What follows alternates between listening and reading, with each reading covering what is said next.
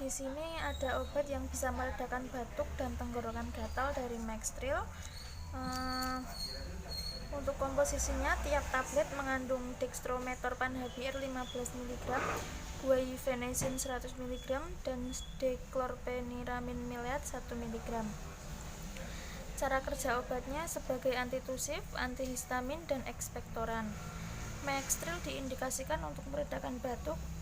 Untuk aturan pakainya dewasa 3-4 kali sehari 1 tablet. Kontraindikasi untuk yang hipersensitif terhadap salah satu komponen obat ini, lalu efek sampingnya bisa mengantuk, gangguan pencernaan, mulut kering, dan retensi urin.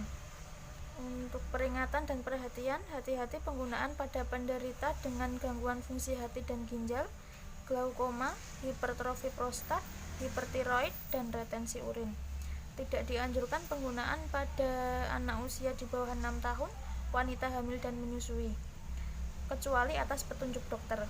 Hati-hati penggunaan bersamaan dengan obat-obat lain yang menekan susunan syaraf pusat.